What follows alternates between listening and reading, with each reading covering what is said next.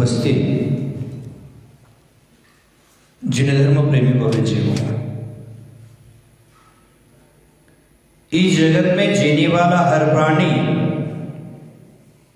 सुख, शांति और आनंद चाहता है। उसके जीवन में जो चल रही सब भागन दौड़ है, भागन भाग है, उसका प्रयोजन मात्र आनंद की उपलब्धि है। लेकिन आज का आदमी यह नहीं जानता कि आनंद किसमें है। आज वर्तमान में एक विडंबना है कि मनुष्य जितना अधिक पाने की कोशिश करता है, उसको वो मिलता नहीं है। उसके जीवन में उतनी ही विषमता बढ़ जाती है। मनुष्य के मन में कभी सुख और कभी दुख, कभी हर्ष, कभी विषाद, कभी प्रसन्नता, कभी खिन्नता, ये भाव हमेशा उत्पन्न होते रहते हैं। इसलिए वह स्थायी रूप से सुखी नहीं हो पाता। यही उनके जीवन में सबसे बड़ी कमी है। आखिर वह कौन सा मार्ग है जो हमें स्थायी रूप से प्रसन्न, सुखी, आनंदित बनाकर रख सके? तो आचार्य भगवान कहते हैं कि जीवन में हर स्थिति में प्रसन्नता और आनंद की अनुभूति की जा सकती है। मात्र एक शर्त है, हमें सबसे पहले जीवन जीने की कला सीखना चाहिए। हमारे जीवन के जो संपूर्ण सुख दुख है वो इंद्रिय जन्य है, इंद्रिय से जुड़े हुए हैं। क्योंकि आचार्य भगवान कहते हैं सुख में भी ख है और दुख में भी ख है, और ख का अर्थ होता है इंद्रिया। जो इंद्रियों को सुखकर लगता है वो सुख है, और जो इंद्रियों को दुखकर लगता है वह दुख है। ये सुख और दुख है हमारी मानसिकता पर निर्भर है। मानसिकता के अनुकूल रहने पर प्रतिकूल विषय भी हमें अनुकूल महसूस होते हैं, और मानसिकता बिगड़ जाने पर अनुकूल विषय भी हमें प्रतिकूल लगने लगते हैं। तो आचार्य भगवान कहते हैं आनंद सुख और दुख से ऊपर की अवस्था है, और आनंद शब्द की निष्पत्ति है, उत्पत्ति है, वो संस्कृत में एक नंद धातु है, और नंद धातु को आ उपसर्ग लगने से आनंद शब्द का उत्पन्न हो गया है। तो भव्य बंधु, वही आनंद की चाह मेरे लिए होनी चाहिए। लेकिन व्यक्ति है वो हमेशा दुखों का सामना करता है। दुख है वो चार प्रकार के हैं। एक कल्पना जन्य दुख है, एक वियोग जन्य दुख है, एक अभाव जन्य दुख है, और एक परिस्थिति जन्य दुख है। इन चार दुखों की स्थिति से आज का आदमी गुजर रहा है, और ये चारों प्रकार के दुख है वो अज्ञान के कारण उत्पन्न होते हैं। ज्ञान से संपन्न आत्मा है जिन्होंने यथार्थ का ज्ञान कर लिया है। जिस व्यक्ति को तत्व का बोध हो गया है वह व्यक्ति कभी दुखी ही नहीं होता है। तो आचार्य भगवान अमोघ वर्ष ऋषि जी ग्रंथराज प्रवचन प्रश्न उत्तर रत्न मालिका के माध्यम से हर रोज चार प्रकार के सवाल उत्पन्न करते हैं, चार प्रकार के जवाब देते हैं। इस 11वीं गाथा में भी 4 प्रकार के सवाल उत्पन्न करके उसकी 4 प्रकार के जवाब दे रहे हैं। इस काव्य में 4 पद है, उसको चतुष्पद माना गया है। वह अनंत चतुष्टय का कारण भी बन सकता है और यह 4 गति से मुक्ति दिलाने वाला भी हो सकता है। तो आचार्य भगवान रोज नवीन नवीन बातें दे रहे हैं, नूतन नूतन ज्ञान दे रहे हैं। आज की 11वीं गाथा है, वो 11वीं दिशा में गमन करने का प्रतीक है। दिशाएं तो 10 होती हैं, पूर्व पश्चिम दक्षिण उत्तर, आग्नेय नैऋत्य ईशान्य वायव्य, ऊपर नीचे, ये 10 दिशाएं होती है। लेकिन 11वीं दिशा वह है जो हमें मोक्ष की ओर ले जाए। गतियां तो 4 हैं, लेकिन 5वीं गति वह है जो हमें सिद्ध शिला पर विराजित कर सके। तो यह 11वीं गाथा है। वो 11वीं गाथा व्यक्ति अगर आत्मसात कर लेगा तो 11वीं दिशा में गमन करने के लिए वो तैयार हो जाएगा। मैं तो कहता हूं इस ग्रंथ की हर गाथा है महत्वपूर्ण है ही, लेकिन ये 11वीं गाथा इस ग्रंथ में दी है, उस ग्रंथ का प्राण है, इस ग्रंथ की जान है, इस ग्रंथ की शान है। जैसे इष्टोपदेश में 11वें नंबर की गाथा दी है और उस 11वीं गाथा में कहते हैं कि कर्म बंध का कारण क्या है। राग द्वेष द्वैर दीर्घे नेत्राकर्षण कर्मणः अज्ञानात् चिरंजीवः संसाराद्य भ्रमत्यसो। राग द्वेष रूपी दीर्घ डोरियों के माध्यम से ये जीव संसार में भ्रमण कर रहा है सुचिर काल से, अनादि काल से। और कर्म बंध का एकमेव कारण है अनादिकाल का अज्ञान। इष्टोपदेश में वो 11वीं नंबर की गाथा प्राणभूत है और यहां ये 11वीं गाथा प्राणभूत है। तो इस 11वीं गाथा में आचार्य महाराज ने कहा है किम जीवितम अनवध्यम किम चाट्यम पांडवे अपि अनभ्यासः को जागृति विवेकी का निद्रा मूर्धा चंतो हो। प्रश्न उपस्थित किए हैं और इस 11वीं गाथा पर हम जब विचार करते हैं, ये 11वीं गाथा में जो 4 प्रश्न है और 4 प्रश्न के 4 जवाब है हमारे जीवन को चारू बनाने के लिए।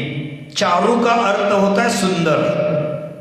हमारे जीवन को सुंदर बनाने के लिए चारू का अर्थ होता है श्रेष्ठ, अपने जीवन को श्रेष्ठ बनाने के लिए। और चारू का अर्थ होता है अच्छी, हमारे जीवन को अच्छा बनाने के लिए।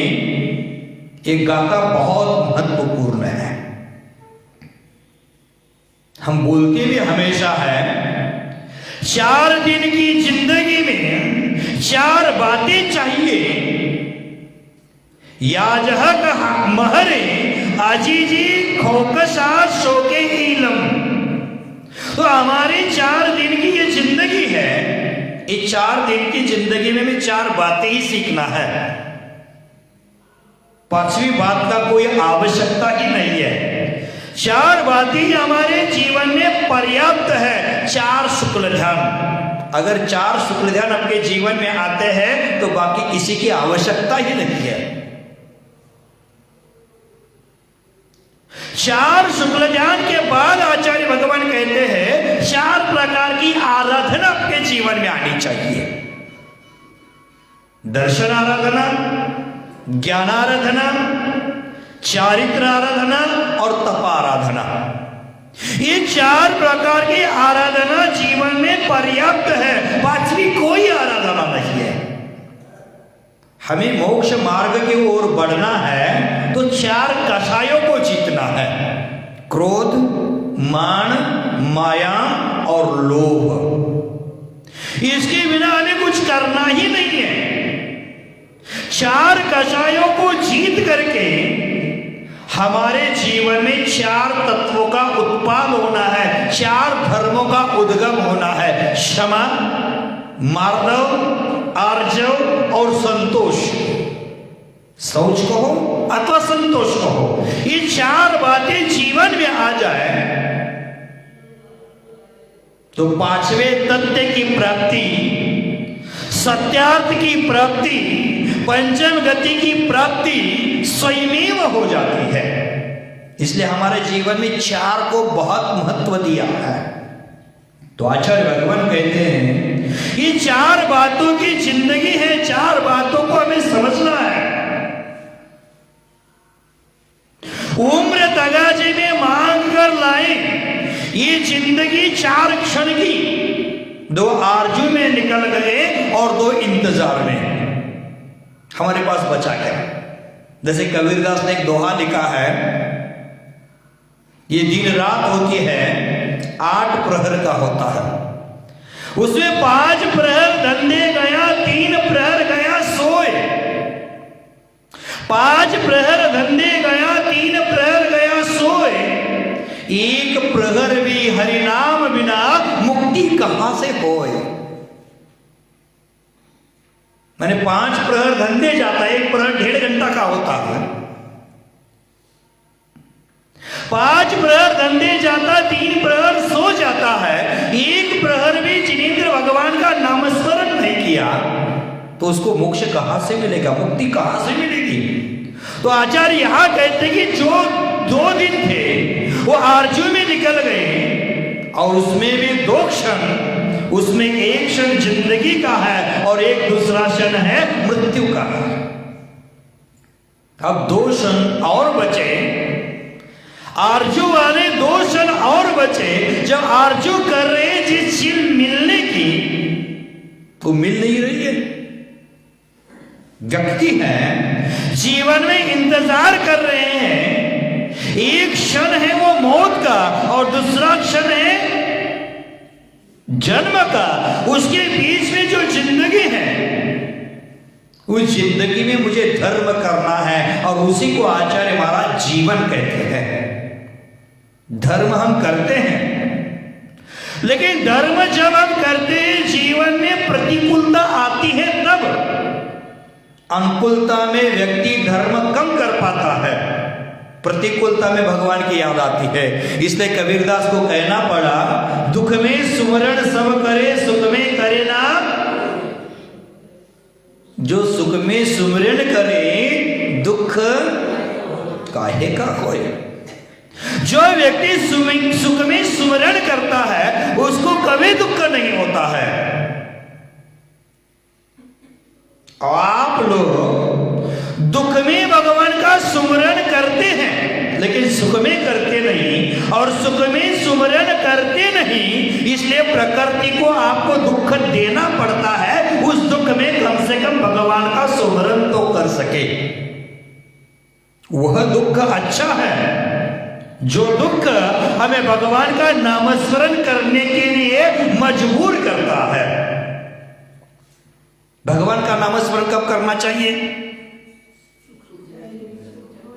सुख हो चाहे दुख हो, सुख भी आते हैं दुख भी आते हैं, भजन है ना, सुख आते हैं दुख आते हैं, सुख आते हैं दुख आते हैं, इन आते जाते सुख दुख में हम मस्त रहते हैं, हम मस्त रहते हैं। ये सुख आते हैं सुख जाते हैं, हमें सुख और दुख में दोनों में भगवान का सुमरण करना है। जो आनंद की स्थिति प्राप्त होने वाली है वो सुख और दुख से अत्यंत विभिन्न है, अलग है।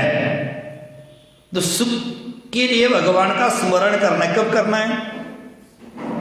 सुख दुख में तो करना है, लेकिन 24 घंटा का दिन रात है उसमें कब करना है?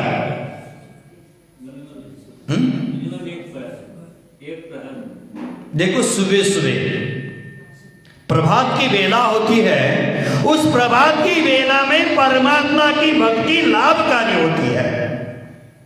लेकिन आज वर्तमान में सभी व्यक्तियों को एक रोग लगा हुआ है, किसी की नींद सूर्योदय के पहले टूटती ही नहीं है। जैनाचार्यों ने कहा है कि हमें ब्रह्म मुहूर्त में उठना चाहिए और ब्रह्म मुहूर्त में उठ करके जो आत्मा का ध्यान करता है वह अपने कर्म की निर्जरा शीघ्र गति से कर पाता है। पहले जमाने में कोई सूर्योदय के बाद उठता था तो लोगों को आश्चर्य होता था, और आज जमाने में कोई सूर्योदय के पहले उठता है तो लोग बोलते आज क्या बात है, जल्दी उठ गए, कहीं जाना है क्या, कोई काम है क्या। माने सूर्योदय के पहले उठना आज वर्तमान में आश्चर्य प्रतीत होने लगा है। भव्य बंधु, परमात्मा का नामस्मरण है, परमात्मा की पूजा है, वह सूर्योदय के समय करना आवश्यक है, प्रभात बेला में करना आवश्यक है। जैसे उदाहरण देता हूं, एक व्यक्ति था, थोड़ा प्राचीन उदाहरण है, आजकल के लोगों को थोड़ा हजम नहीं हो सकता है। उदाहरण है, उस समय मोबाइल की व्यवस्था नहीं थी,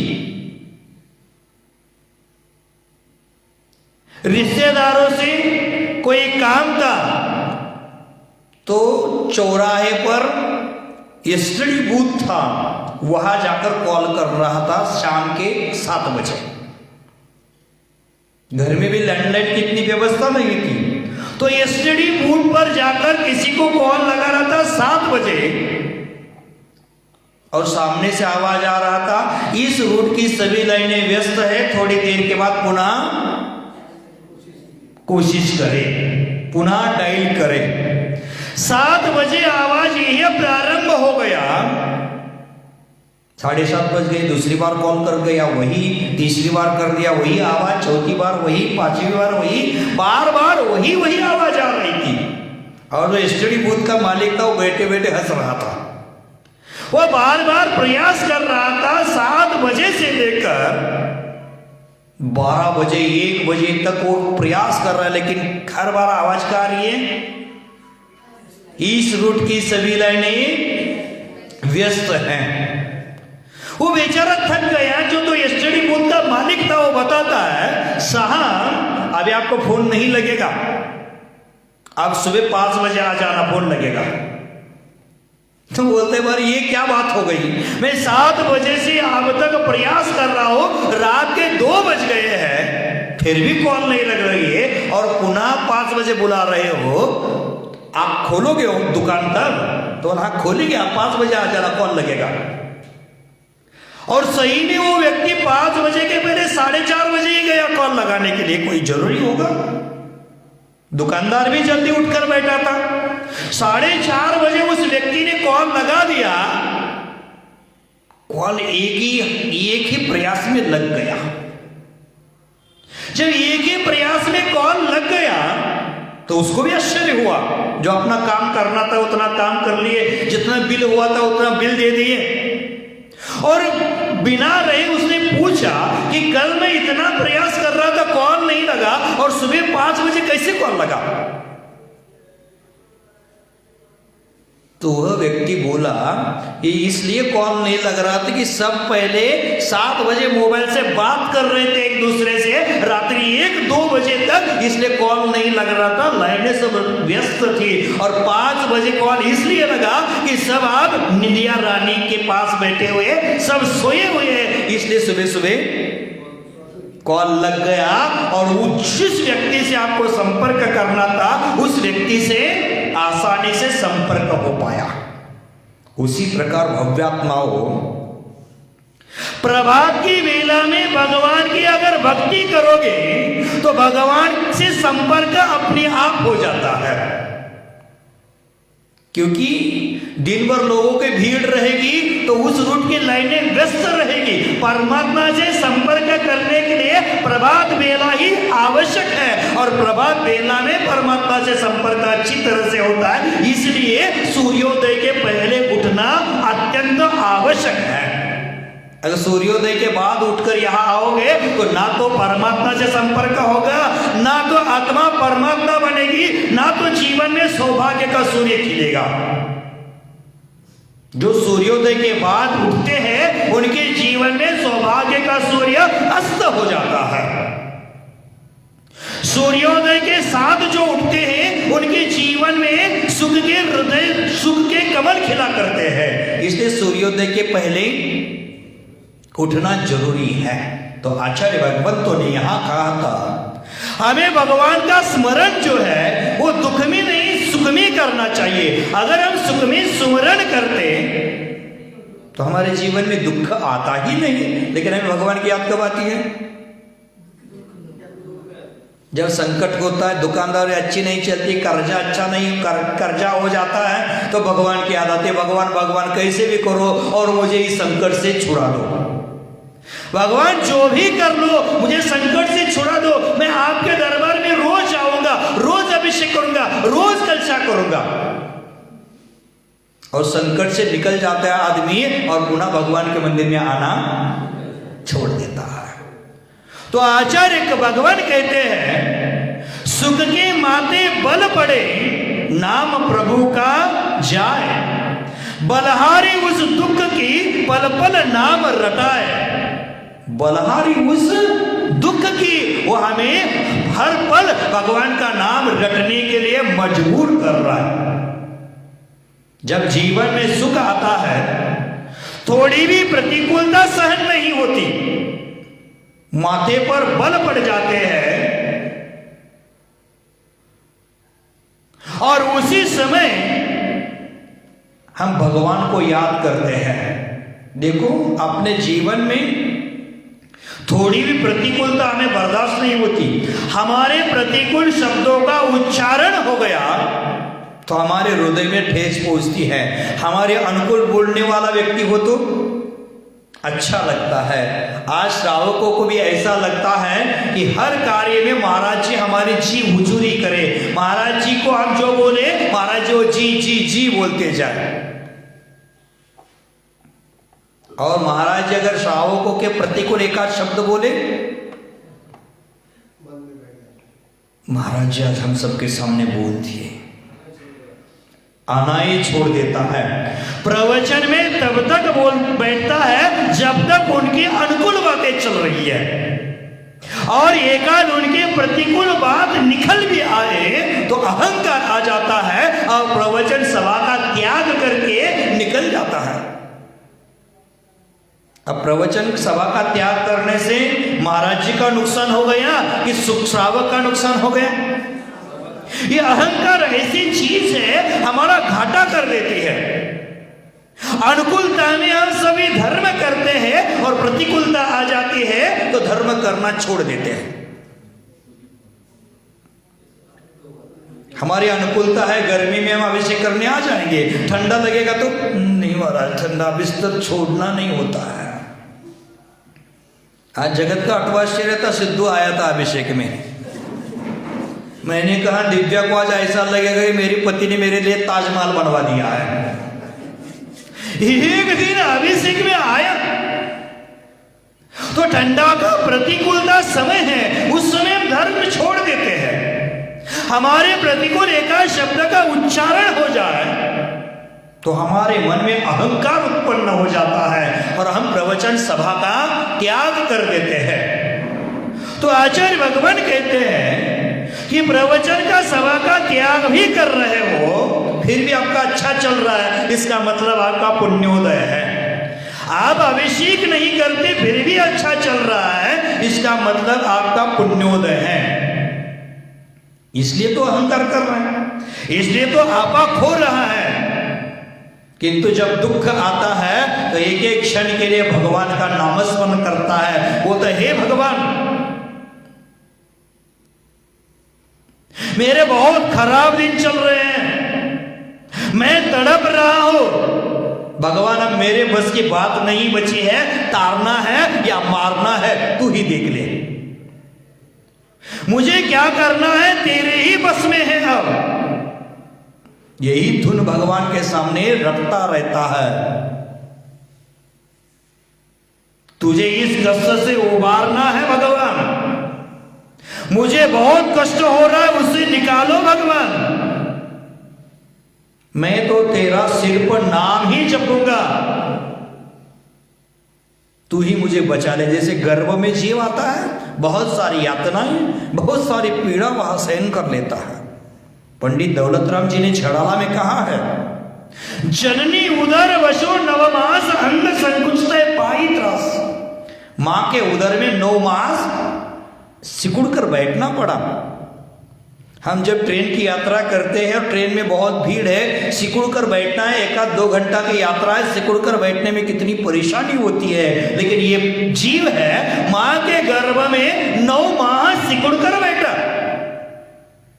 अंग संकुचित पाई त्रास, सिकुड़ कर बैठने से बहुत सारे दुख झेलने उसने, और वहां वो संकल्प कर लेता है, वहां सौगंध लेकर आता है, हे भगवान मैं जब जन्म लूंगा तो मात्र तेरा ही नाम लूंगा, तेरा ही नाम रटूंगा, उसके अलावा मैं कुछ भी नाम नहीं लूंगा। और यहां आकर भगवान का नाम ही भूल जाता है। नरक में इतनी यातनाएं, इतनी पीड़ाएं है। ता भूमि पार्षद दुख ईशो बिच्छू सहज डसो नहीं दिसो।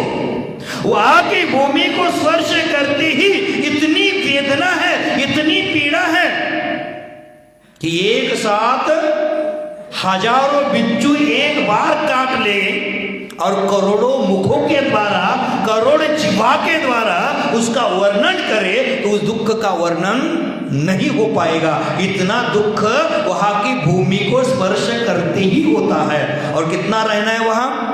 कम से कम 10,000 वर्ष और ज्यादातर ज्यादा 33 सागर रहना ही पड़ेगा, वहां जीना ही पड़ेगा।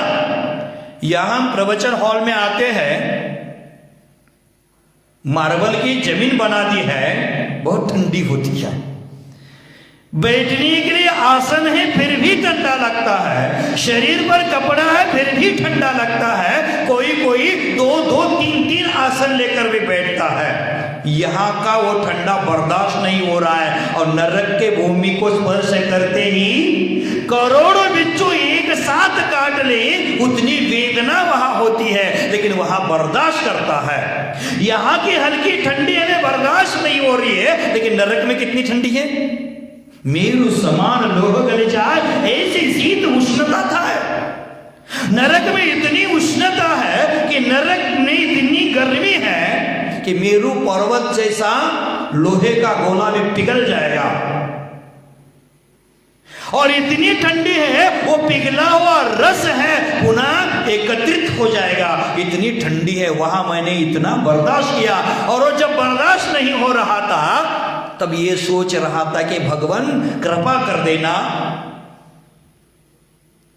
मुझे कुछ समय के लिए मनुष्य पर्याय देना, और उस मनुष्य पर्याय में आकर मैं भगवान का नामस्मरण कर लूंगा, व्रतों को स्वीकार लूंगा, परिणामों की विशुद्धि कर लूंगा, कर्मों की निर्जरा कर लूंगा और मोक्ष चला जाऊंगा। मुझे संसार नहीं चाहिए, मुझे ये दुख बर्दाश्त नहीं होता है, मुझे यातनाएं पीड़ित कर रही है, ये पीड़ा मुझे दुख दे रही है, मुझे मनुष्य पर्याय देना, मनुष्य पर्याय देना। नरक में गिड़गिड़ा रहा था और मनुष्य पर्याय में आया और क्या कर दिया,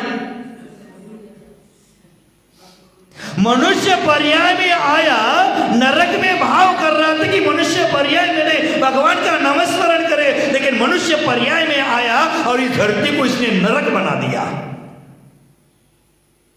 भगवान का नामस्मरण भूल गया, भगवान की पूजा भूल गया, भगवान का नाम रटना भूल गया। मात्र भगवान को कह रहा था कि मुझे मनुष्य पर्याय मिले, मैं नामस्मरण करूंगा। ये मनुष्य पर्याय आपको मिली किस लिए? भोगने के लिए नहीं, त्यागने के लिए। आचार्य कहते हैं जो भोगते गए वो डूबते गए, और जो त्यागते गए वो तैरते गए। मुझे इस संसार से तैरना है तो त्यागना ही पड़ेगा। त्याग ही सर्वश्रेष्ठ धर्म है, त्याग ही सुखी जीवन की चाबी है। त्याग ही मनुष्य को सुख देता है। एक वृक्ष है, वो साल भर में एक बार अपने पत्तों को, फूलों को, फलों को त्याग देता है। ये केंद्रीय होकर भी पत्तों को, फूलों को, फलों को त्यागता है, और हम मनुष्य पंचेंद्रिय होकर भी त्यागना नहीं चाह रहे हैं। भव्य बंधु, ये मनुष्य पर्याय भोग करते रहोगे तो सुख शांति आनंद मिलने वाला नहीं है। तो भगवान का नामस्मरण है, उस सुख में नामस्मरण रटने वाले विरले ही लोग मिलते हैं। तो इसलिए पुनः दोहा लिखना पड़ा कबीरदास को। पहला तो लिखा, दुख में सुमरण सब करे, सुख में करे ना कोई, जो सुख में सुमिरन करे, जो दुख काहे का होए। बाद में उनको ही लिखना पड़ा, सुख में सुमरण किया नहीं, दुख में करता याद। भगवान की याद कब आती है? सुख में? सुख में कि दुख में? सुख में सुमरण किया नहीं, दुख में करता याद। कह कबीर उस भक्त की कौन सुने फिर याद। तू मात्र तेरे लालच के लिए, तेरे लाभ के लिए दुख में सुमरण करेगा तो तेरी कौन फिर याद सुनेगा? कोई सुनेगा नहीं है। तो अगर सुख में सुमरण करता, जब तेरे पास सुख था तब तो दान करता, पूजा करता, भक्ति पाठ करता, परोपकार करता, तो उस समय दुख तेरे पास आता ही नहीं। लेकिन जब मेरे पास सब कुछ था तब तक मेरी दान करने की सोच नहीं बनी, पूजा करने की सोच नहीं बनी, भक्ति पाठ करने की सोच नहीं बनी, परोपकार की सोच नहीं बनी। और जब दुख आ गया तब भगवान के द्वार पर आकर गिड़गिड़ाता है, माथा टेकता है, हाथ जोड़ता है, मिन्नतें मांगता है, और कुछ भी उसके पास नहीं है। तब भगवान को बोलता है, तू ही मेरा सब कुछ है और मेरे पास जो कुछ है तुझे समर्पित है। जब था उस समय लालच नहीं छूटा, और आज कुछ नहीं है और बोलते सब कुछ तेरा ही है, सब कुछ तेरे लिए समर्पित है। तो भव्य बंधु, आज कुछ उसके पास बचा नहीं है और ये अर्पण करने आया है। जब तक शरीर में ताकत थी तब तक भगवान की पूजा नहीं की, जब तक शरीर शक्तिशाली था तब तक तीर्थाटन नहीं किया, और आज बूढ़ा बन गया है और भगवान को बोलता है मेरा शरीर भी तेरे लिए अर्पण है। जब रोगी हो गया, डॉक्टर ने भी जवाब दिया अब दवा काम नहीं आएगी, अब दुआ काम आएगी, तब जाकर आकर बोलता है कि भगवान बचा ले, भगवान बचा ले। अब भगवान बचाएगा तुझे? अब जब भगवान बचाने की बारी नहीं आई, जब भगवान के पास जाकर स्वयं कर्मों से बचना था, उस समय भगवान को बेच दिया। और आप शरीर में शक्ति नहीं है, अस्वस्थ हो गया है और भगवान के चरणों में अपना जीवन अर्पित कर देता है। तो आचार्य भगवान कहते हैं कि व्यक्ति है कब चिल्लाता है? जब दरवाजा रोज आप बंद करते खोलते हैं, चिल्लाते नहीं है। गलती से एक दिन उंगली फंस जाती है तो उसी प्रकार मंदिर में आकर हम चिल्ला रहे हैं कि हमारी उंगली फंसी है संसार में। अब कर्जा हो गया है, बेटा देख नहीं रहा है, रिश्तेदार पूछ नहीं रहे हैं, समाज में मान सम्मान नहीं है, तो भगवान के पास आकर चिल्ला चिल्ला कर भगवान की भक्ति करता है। अरे पगले, भगवान के सामने चिल्लाने की आवश्यकता नहीं, भगवान तो बहरे नहीं है। वो तीन लोग को जानते हैं, तीन लोग को समझते हैं, लेकिन यहां आकर चिल्ला चिल्ला कर भक्ति कर रहा है। सुख के लिए भगवान को सुमरण कर रहा है। जिस रूप में हम भगवान को देखते हैं उसी रूप के भगवान हो जाते हैं। भव्य बंधु, एक व्यक्ति था, भगवान राम की भक्ति करता था। उसे भगवान राम जी का स्वरूप जो देखा था वही उसको भाता था। भगवान जी को हिंदू धर्म में देखा है कि धनुष्य लेकर खड़ा हुआ है, जैन धर्मानुसार वो भगवान का स्वरूप नहीं है। भगवान का स्वरूप तो वीतरागी होता है, और धनुष लेकर तीर कमान लेकर खड़ा है वो राम जी। और उस व्यक्ति ने राम जी को नमस्कार किया, भगवान को नमस्कार किया। राम जी तो भगवान ही है, मोक्ष गए हैं। ठीक, वो मैं भी जानता हूं, नरेश की मम्मी, इतना तो अनजान मैं नहीं हूं। तो मैंने पहले बोला कि धनुर्धारी राम हमारे यहां पूज्य नहीं है, वीतरागी राम पूज्य है। तो वीतरागी राम कौन होते हैं? तो हमने यही बोला था, आपने क्या नया समझा दिया मुझे? तो आचार्य महाराज जी ने कहा है कि वीतरागी मुद्रा को धारण करना पड़ेगा, और वीतरागी मुद्रा को हमें नमस्कार करना पड़ेगा। देखो नरेश के मैं आपको समझा रहा हूं कि धनुर्धारी राम को हमने नमस्कार नहीं किया क्योंकि वो वीतरागी नहीं है। ठीक है, अच्छी बातें करना भी नहीं चाहिए। अनेकांत धर्म है। भविष्य काल में महापद्म नाम के तीर्थंकर पहले होंगे, जो श्रेणिक राजा का जीव होगा। सही, आप इतना तो जानती हैं। तो पहले तीर्थंकर होने वाले महापद्म हैं, वो आज कहाँ है? जोर से बोलना, मुझे सुनाई नहीं देता है। नरक में है। तो आज भूत भविष्य वर्तमान कालीन तीर्थंकरों की पूजा करती है, तो भविष्य काल के तीर्थंकर को नमस्कार कर रही है कि नहीं कर रही है? अभी नरक में पड़ा है, वहां वीतरागी है वो। तो इसको प्रकार इसे भगवान मानकर करो। महावीर भगवान को जैसे पूजा कर रहे हैं, उसी प्रकार यहां राम भगवान बन गए, वो वीतरागी बन गए हैं।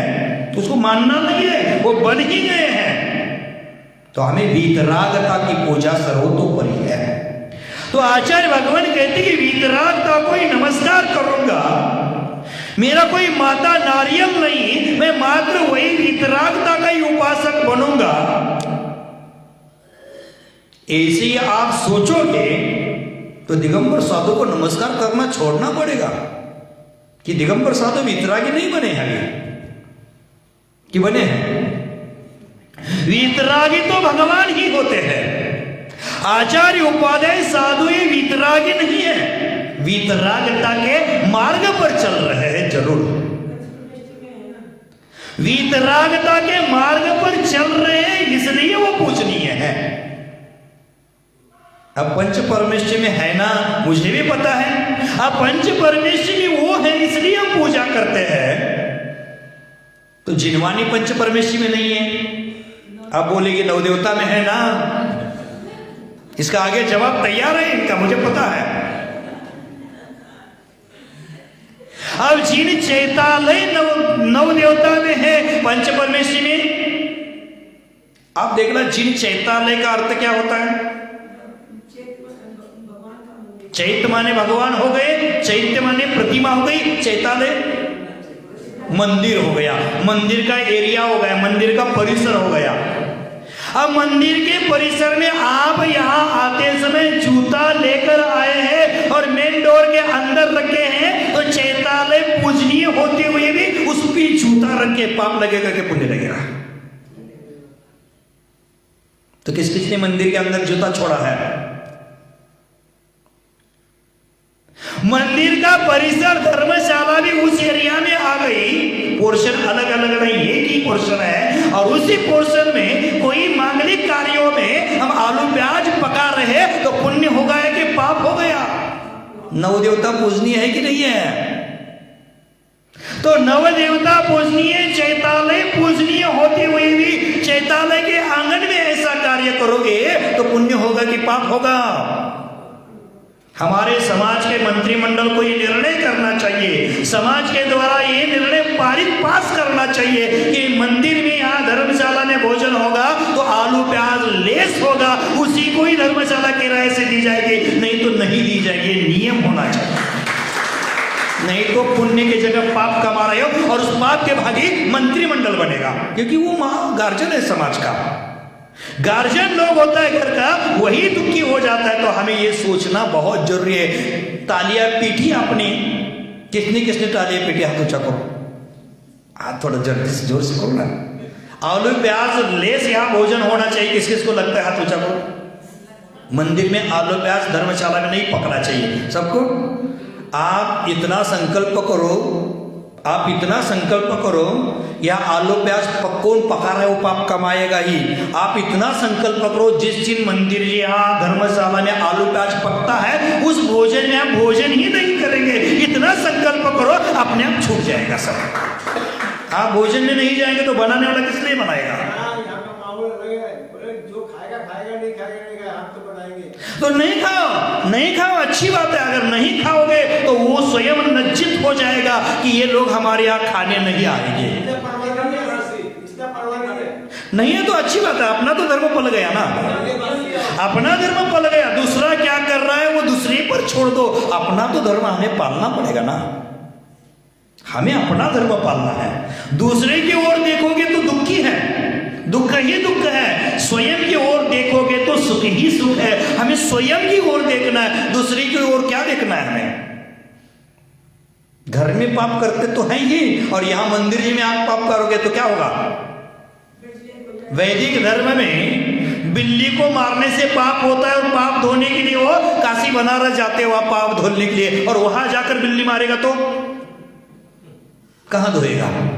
तो आचार्य भगवान कहते कि मनुष्य पर्याय है।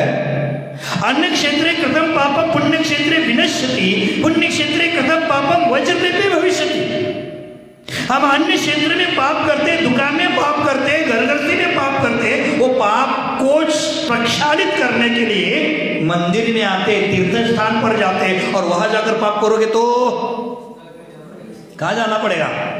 आप अपने अंदर निर्णय कर लो, मुझे ज्यादा बोलने की आवश्यकता नहीं। तो मेरा विषय चल रहा था, एक भक्त राम की भक्ति कर रहा था, धनुर्धारी राम की। जिस रूप में वो देखता है उसी रूप में उसको वो महसूस करता है। तो भक्ति कर रहा था जंगल में बैठकर, और जंगल में बैठकर राम की भक्ति कर रहा था। राम का दास था, पहाड़ियों में गुफा में जाकर भगवान की भक्ति कर रहा था, और प्रसंगवशात उसकी पुकार सुन करके, उसकी भक्ति देख करके, राम की मुद्रा धारण करके कोई वहां एक देव आ गया। वो गदगद हो गया और उसे लगा कि मुझे सब कुछ मिल गया। इसके सामने 3 लोक की संपत्ति 0 है, कोई बराबर नहीं, सड़े हुए तिनके के समान है। मुझे साक्षात भगवान मिल गया आज। अब भगवान का दर्शन हो गया तो राम का वो दास था, वो जंगल छोड़कर गांव में आया, और गांव में आकर डंका पीटने लगा, मुझे भगवान मिल गए, मुझे भगवान मिल गए, मुझे भगवान मिल गए। राजा के दरबार में गया, और राजा के दरबार में जाकर कहने लगा, जिसके अंदर हृदय में सच्ची भक्ति नहीं होती वो भक्त ही नहीं है। तो राजा ने पूछा क्या ये सच है? तो हाँ ये सच है, क्योंकि अगर झूठ होता तो मैं क्यों बोलता? मैंने भगवान की भक्ति की और भगवान प्रकट हो गए। तब राजा बोलते करो भक्ति, करो भगवान को प्रकट। वो राज दरबार में एक पैर पर खड़ा होकर भक्ति करने लगा, लेकिन भगवान आए नहीं, राम आए नहीं।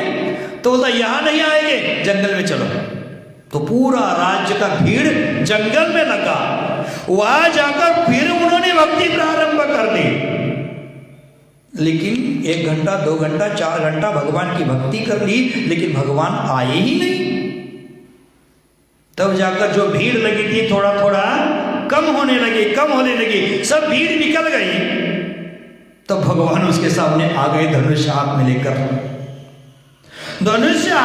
लेकर आ गए। तो राम का वो दास था, वो बोलते हैं मैंने इतना भक्ति कर दी, सबके सामने आपने मेरी नाक कटवा दी, और अब आए हो। भगवान राम को जो एक क्षण के पहले इष्ट मानकर आराधना कर रहा था, अब वो भगवान को निंदित करने का प्रारंभ कर दिया है कार्य, तो पूछता अरे ऐसा क्यों? क्षण में भक्ति कर रहा था, क्षण में गाली दे रहा है। एक क्षण में इष्टता श्रेष्ठता और आप गाली दे रहे हैं, निंदा कर रहे हैं। तो वो कहता है कि मैंने भक्ति की तब नहीं आया, मैं सबको दिखाना चाहता था कि मैंने भगवान को प्रकट किया है, भगवान मेरी भक्ति को देखकर प्रकट हो गए हैं, आप आए नहीं और आप आए हैं। तो अनुकूलता होती तो भगवान का नाम भूल जाता है आदमी, दूसरे को दिखाना चाहता है। और जब भगवान नहीं आते, भगवान को नहीं देते, तो भगवान के मंदिर आना ही छोड़ देता है आदमी। कुछ मिलता है तो छोड़ देता है मंदिर में आने का। सुख में पुकारे तो दुख में पुकारने की भी आवश्यकता है। अगर हम सुख में पुकारते हैं तो दुख में पुकारने की आवश्यकता नहीं पड़ेगी। दुख आएगा ही नहीं हमारे जीवन में अगर हम भगवान का सुख में सुमरण करते हैं। यदि श्रद्धा है तो हमारी आत्मा ही हमारी परमात्मा है। अगर श्रद्धा है तो हमारी भक्ति भावना ही हमारे पाप और पुण्य में बदलने वाली है। श्रद्धा सच्ची है तो हमारा कल्याण होने वाला है। धर्मात्मा का प्रमाण पत्र दूसरों के द्वारा लेने की आवश्यकता नहीं है। धर्म स्वयं करते जाओ, किंतु प्रमाण पत्र सच्चे होने चाहिए। धर्म करना वो सच्चा होना चाहिए। हम धर्म मात्र नौटंकी वाला कर देते हैं। तो आचार्य महाराज ने आज सवाल पूछा था, किम जीवितम, ये जगत में जीवित कौन है? आज जवाब दे कि कल दे? समय तो हो गया है। उस विषय पर मुझे प्रकाश डालना है कि जीवितम, जीवित व्यक्ति कौन है? खा रहा है, पी रहा है, सो रहा है, चल रहा है, दुकान में बैठ रहा है, इसलिए जीवित है? कौन जीवित है? हाँ बोलो। जीवन जीने की कला सीखता है वो जीवित है। ठीक, और कौन? जो समता धारण करता है वह जीवित है।